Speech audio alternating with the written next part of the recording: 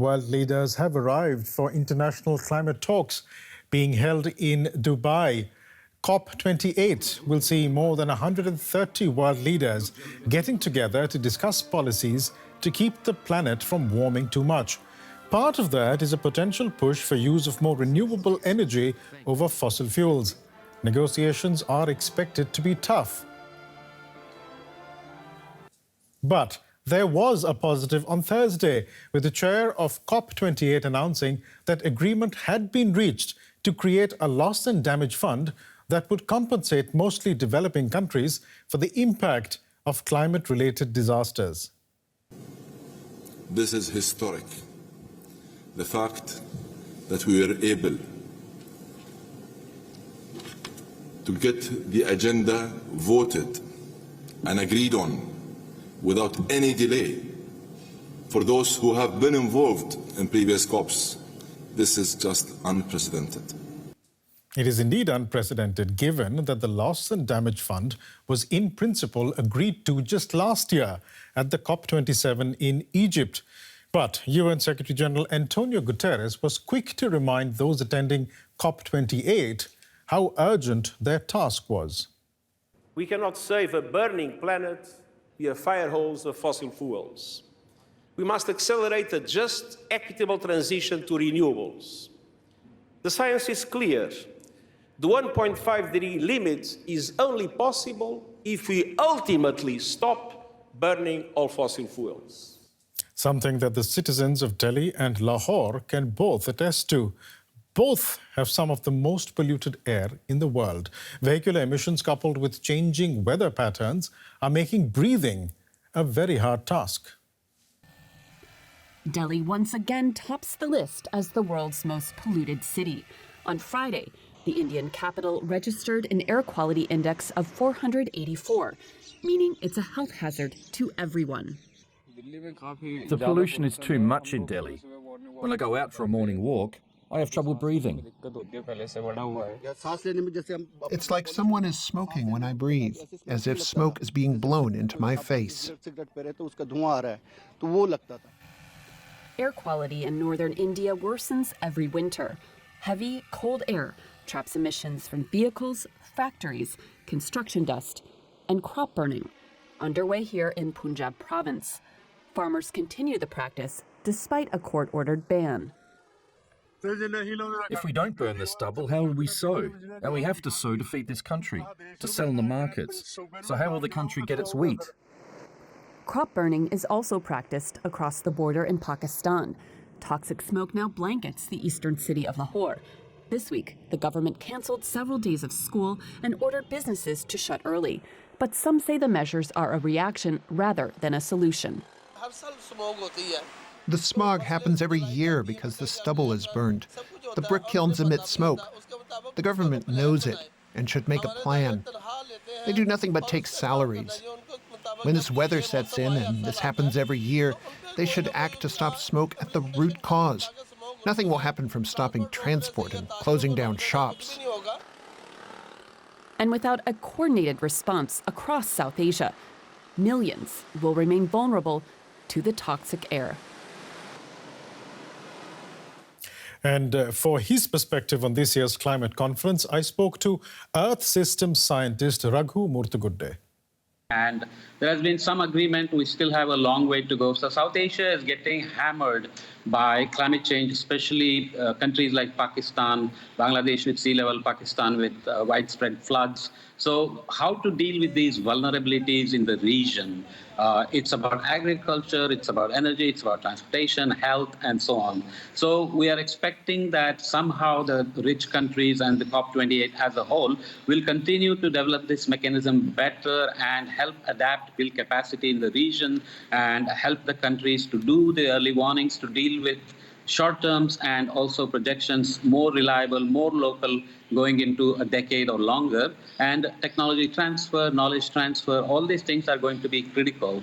There has been a few forward steps just in terms of agreeing in theory that this has to be done, which has been a problem because it implies for rich countries, it implies liability, and they are worried about it. Maybe it's for good reasons, but let me give you an example. So Middle East, which is a desert, is warming really fast because with global warming, the deserts don't lose their heat at night as humidity increases. So Middle East is one of the most fast warming land regions. That is causing wind changes and warming over the Arabian Sea. That is causing the massive floods over Pakistan. So the question of loss and damage is always about attribution. How do we show that rich countries are responsible for what's happening so that they can compensate for the additional effects of global warming on the disasters that happen in these regions? But now it's quite clear that these extreme events in terms of heat waves and floods and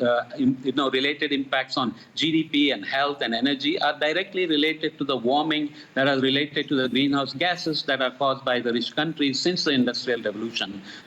So in that sense, it's good that they have agreed, but now comes the hard time of finding the funds to do it.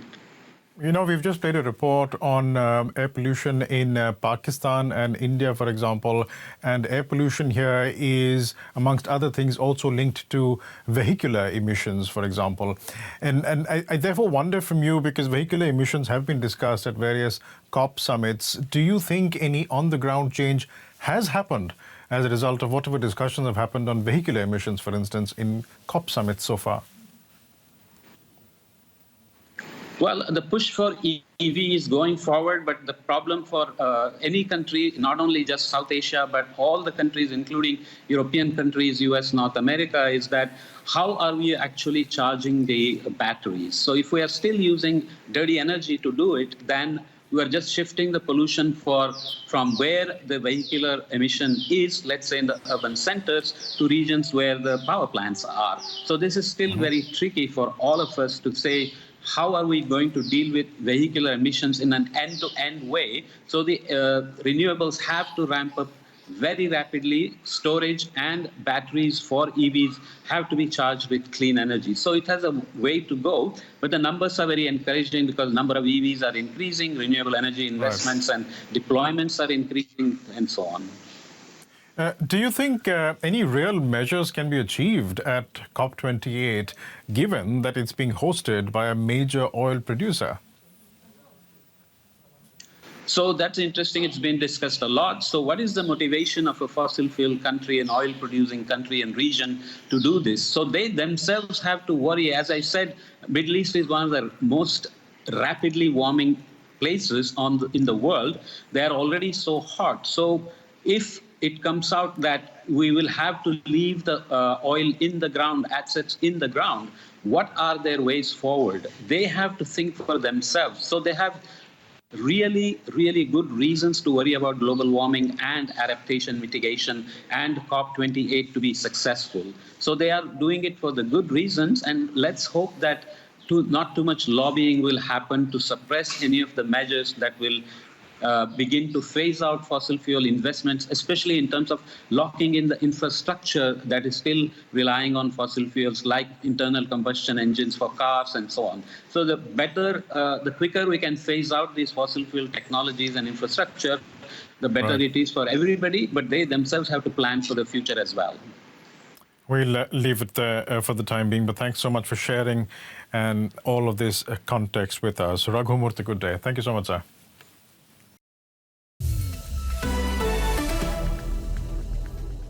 Now, as you've no doubt seen here on News Asia over the years, the region is rich in festivals and cultural spectacles, but those traditions can also have an impact on the environment. In India, the air pollution caused by fireworks over the Diwali holiday has long been a problem. And as our next report shows, the mess that a popular festival in Thailand leaves behind also has people looking for greener alternatives. An offering to the river goddess. Millions of colourful floats are released every year across Thailand during the festival of Loi Krathong. It's a beloved celebration, but it leaves a hangover for the environment, with tons of waste winding up in the nation's waterways. Here in Bangkok, the local government has been looking at ways to observe the centuries-old tradition without the trash. And the answer is to go digital. In Loi Krathong 2.0, festival goers create their floats virtually, on paper, phones and tablets. And the drawings are projected onto a city canal. The tradition still remains, but we have to modernise the festival to create less impact and less pollution on our nature. The pilot project saw nearly 4,000 waste-free images projected onto the water.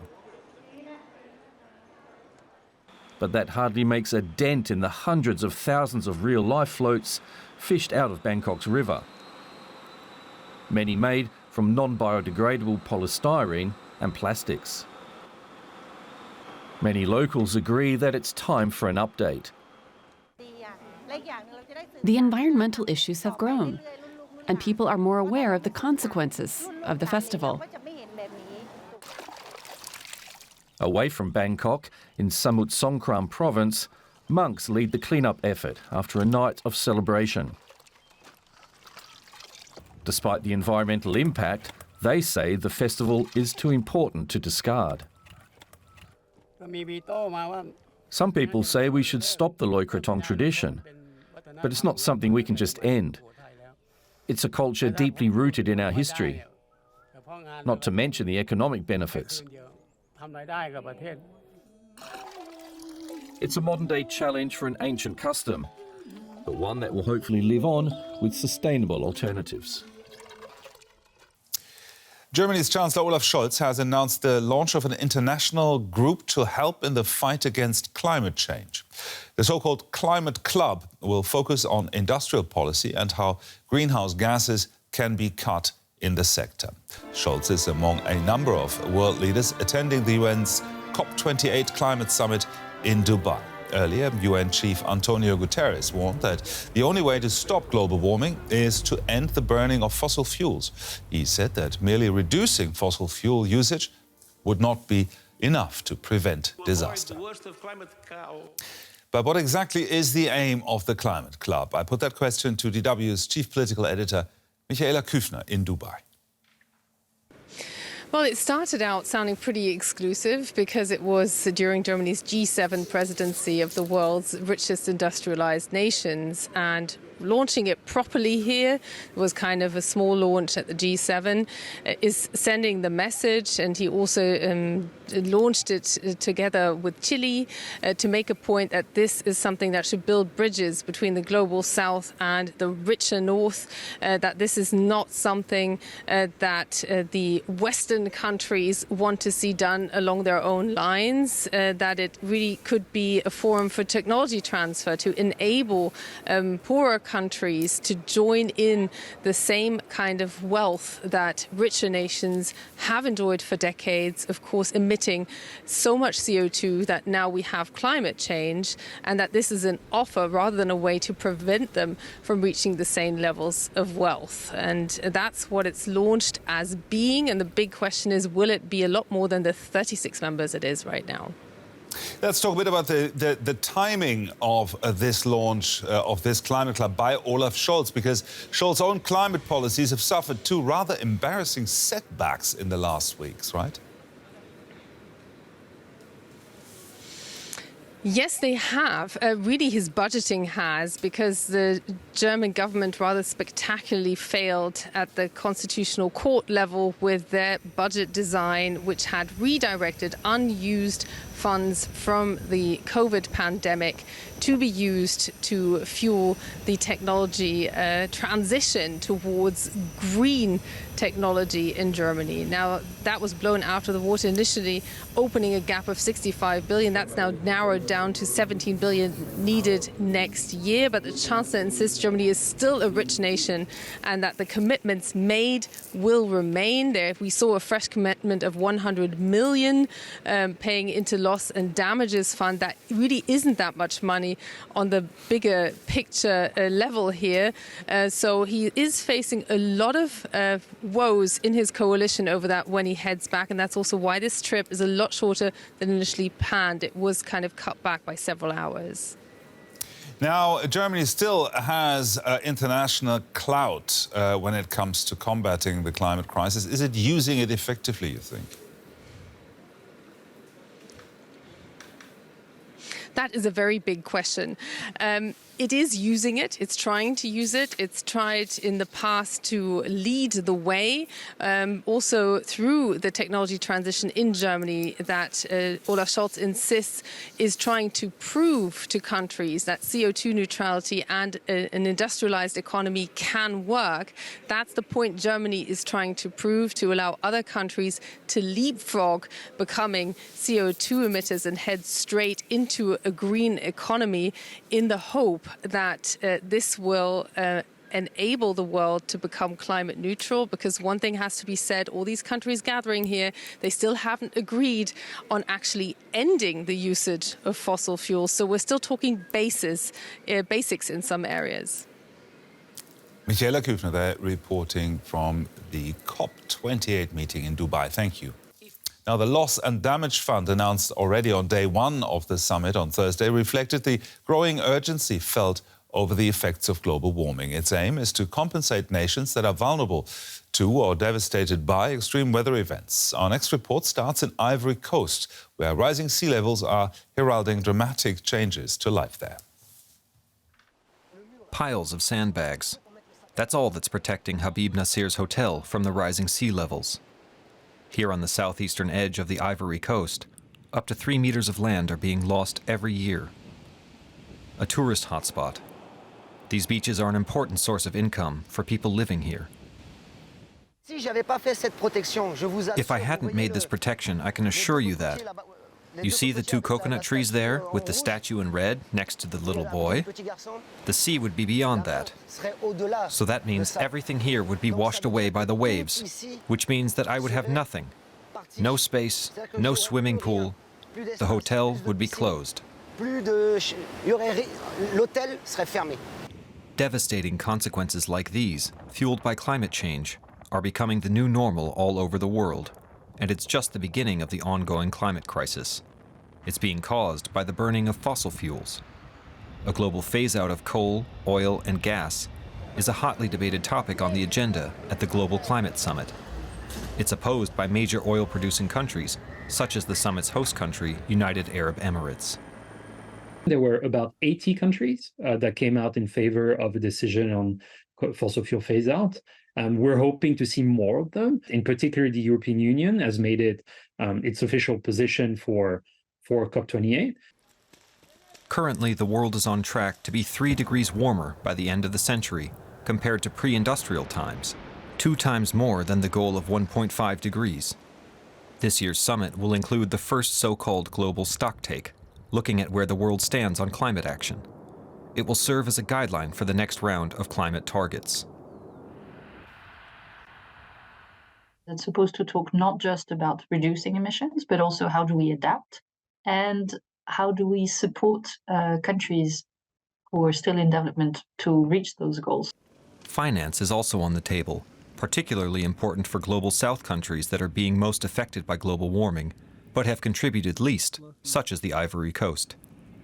Established at the last COP summit in Egypt, a new fund will help countries in need. But questions over who will manage the fund in the long term and who will contribute to it are most likely to lead to fierce disputes. It shouldn't be just European governments. We need governments in other parts of the world, governments where they've often, while maybe defined as a developing country in the original text of the United Nations Framework Agreement, governments that are wealthy should also be contributing. Namely China and the Gulf states. The latter are making huge profits from fossil fuel exports. Back on the Ivory Coast, Nasir currently spends more than $1,500 per week to keep the sea at bay and his business afloat. But his resources will soon be used up. With the rapid pace of a heating planet, the importance of the climate conference is increasing from year to year, as is the pressure on heads of government to turn words into action.